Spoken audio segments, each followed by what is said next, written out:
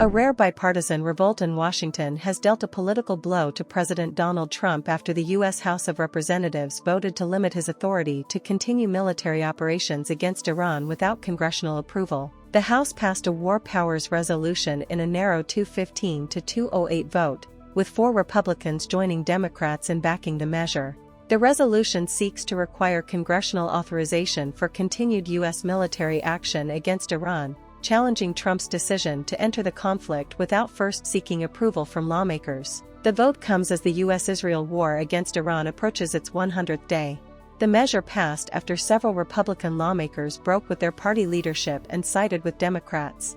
Among them was Kentucky Congressman Thomas Massie, one of Trump's most vocal critics within the Republican Party. Massie described the vote as a message from what he called the People's House to end the war. Another Republican supporter, Michigan Congressman Tom Barrett, argued that Congress alone has the constitutional authority to declare war and determine the scope of military action.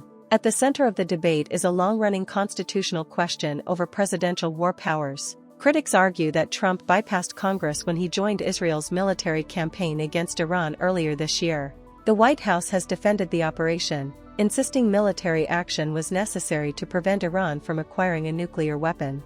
But opponents say decisions of such magnitude require explicit approval from elected lawmakers.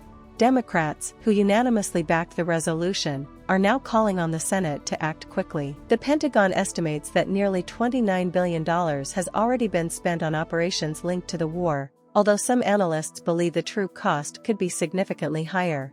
The political pressure comes as public opinion shifts against the conflict. Recent polling suggests a majority of Americans disapprove of the administration's handling of the war, with concerns ranging from rising energy prices to the broader economic impact of prolonged instability in the Middle East. More than 3,400 people have reportedly been killed in Iran since the conflict began, while American military casualties have also been reported.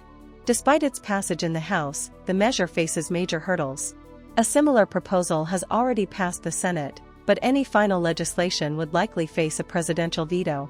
Overriding that veto would require a 2/3 majority in both chambers of Congress, a threshold supporters are currently far from reaching. Even so, the vote represents one of the most significant congressional challenges yet to Trump's foreign policy and highlights growing unease in Washington over the direction, cost, and consequences of the war.